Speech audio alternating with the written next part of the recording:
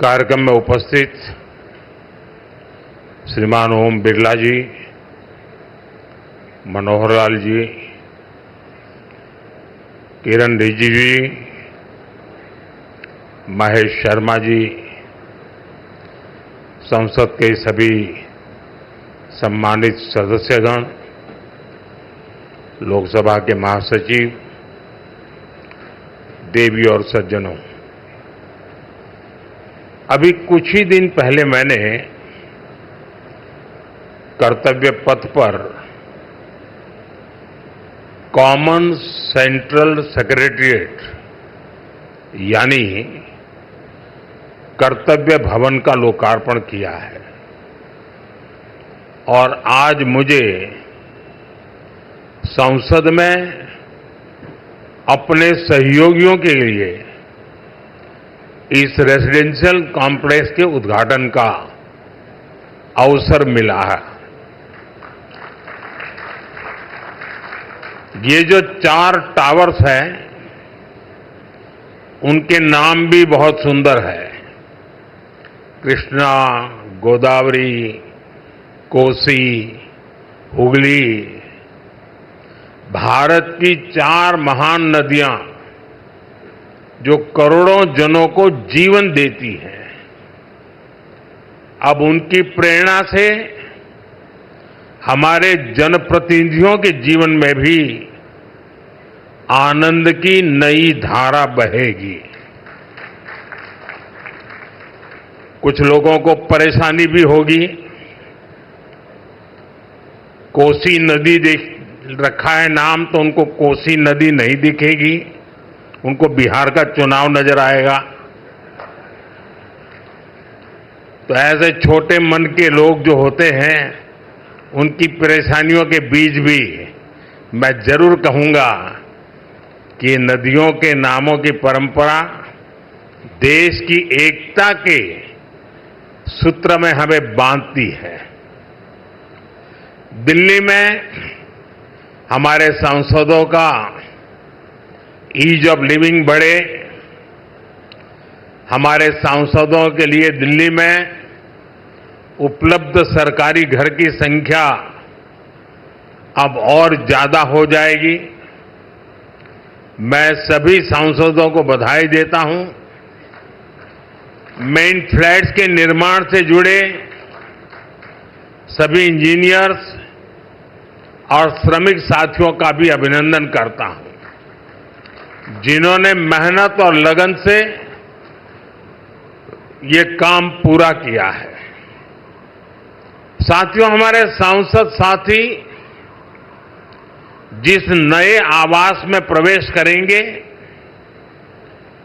अभी मुझे उसका एक सैंपल फ्लैट देखने का मौका मिला।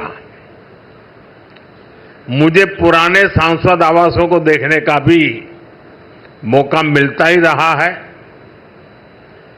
पुराने आवास जिस तरह बदहाली का शिकार होते थे, सांसदों को जिस तरह आए दिन परेशानियों का सामना करना पड़ता था, नए आवासों में गृह प्रवेश के बाद उससे मुक्ति मिलेगी। सांसद साथी अपनी समस्याओं से मुक्त रहेंगे तो वो अपना समय और अपनी ऊर्जा और बेहतर तरीके से जनता की समस्याओं के समाधान में लगा पाएंगे। साथियों, आप सभी जानते हैं, दिल्ली में पहली बार जीत कर आए सांसदों को घर अलॉट करवाने में कितनी कठिनाई आती थी। नए भवनों से ये परेशानी भी दूर होगी। एक मल्टी स्टोरी बिल्डिंग्स में 180 से ज्यादा सांसद एक साथ रहेंगे। साथ ही इन नए आवासों का एक बड़ा आर्थिक पक्ष भी है। अभी कर्तव्य भवन के लोकार्पण पर ही मैंने बताया था, अनेक मंत्रालय जिन किराए की बिल्डिंग में चल रहे थे, उनका किराया ही करीब 1,500 करोड़ रुपए साल भर होता था। ये देश के पैसे की सीधी बर्बादी थी। इसी तरह पर्याप्त सांसद आवास ना होने की वजह से भी सरकारी खर्च बढ़ता था।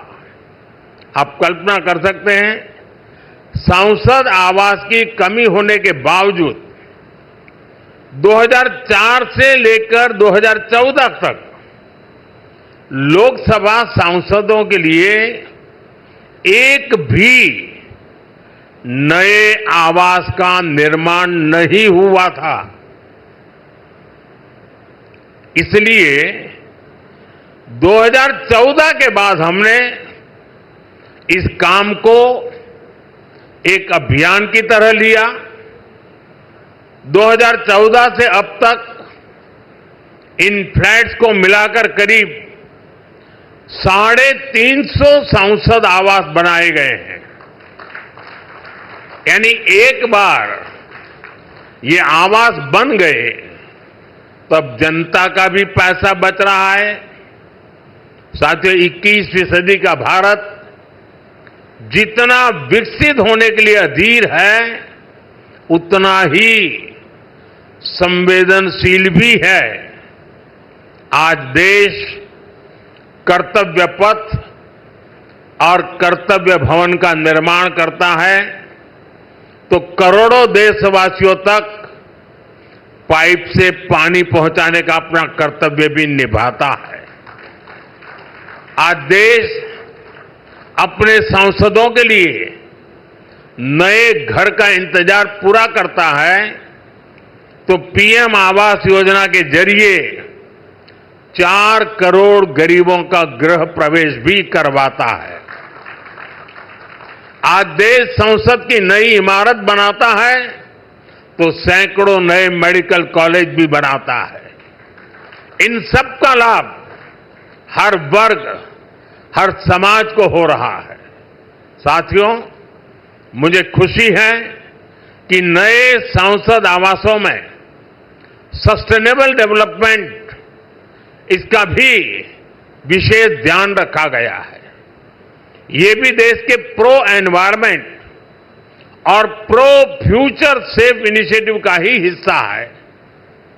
सोलर एनेबल इंफ्रास्ट्रक्चर से लेकर सोलर एनर्जी में देश के नए रिकॉर्ड्स तक देश लगातार सस्टेनेबल डेवलपमेंट के विजन को आगे बढ़ा रहा है।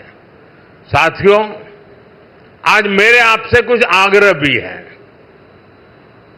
यहां देश के अलग अलग राज्यों और क्षेत्रों के सांसद एक साथ रहेंगे। आपकी उपस्थिति यहां एक भारत श्रेष्ठ भारत का प्रतीक बनेगी।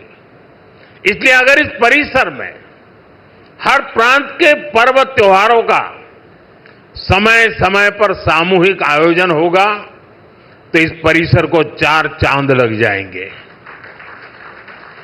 आप अपने क्षेत्र की जनता को भी बुलाकर इन कार्यक्रमों में उनकी भागीदारी करवा सकते हैं। आप अपने अपने प्रांतों की भाषा के कुछ शब्द भी एक दूसरे को सिखाने का प्रयास कर सकते हैं। सस्टेनेबिलिटी और स्वच्छता, ये भी इस बिल्डिंग की पहचान बने, ये हम सबका कमिटमेंट होना चाहिए। न केवल सांसद आवास बल्कि पूरा परिसर हमेशा साफ स्वच्छ रहे तो कितना ही अच्छा होगा। साथियों, मुझे आशा है हम सब एक टीम की तरह काम करेंगे। हमारे प्रयास देश के लिए एक रोल मॉडल बनेंगे और मैं मंत्रालय से और आपके आवास कमेटी से आग्रह करूंगा, क्या साल में 2 या 3 बार ये सांसदों के जितने परिसर है उनके बीच स्वच्छता की कंपटीशन हो सकती है क्या? और फिर घोषित किया जाए कि आज ये जो ब्लॉक था वो सबसे ज्यादा स्वच्छ पाया गया। हो सकता है 1 साल के बाद हम ये भी तय करें कि सबसे अच्छे वाला कौन सा और सबसे बुरे वाला कौन सा, दोनों घोषित करे। साथियों, मैं जब ये नवनिर्मित फ्लैट देखने गया तो मैं जब अंदर प्रवेश किया तो पहला मेरा कमेंट था, इतना ही है क्या? तो उन्होंने कहा, नहीं साहब, ये तो शुरुआत है, अभी अंदर चलो आप। मैं हैरान था जी, मुझे नहीं लगता कि सारे कमरे आप भर पाएंगे।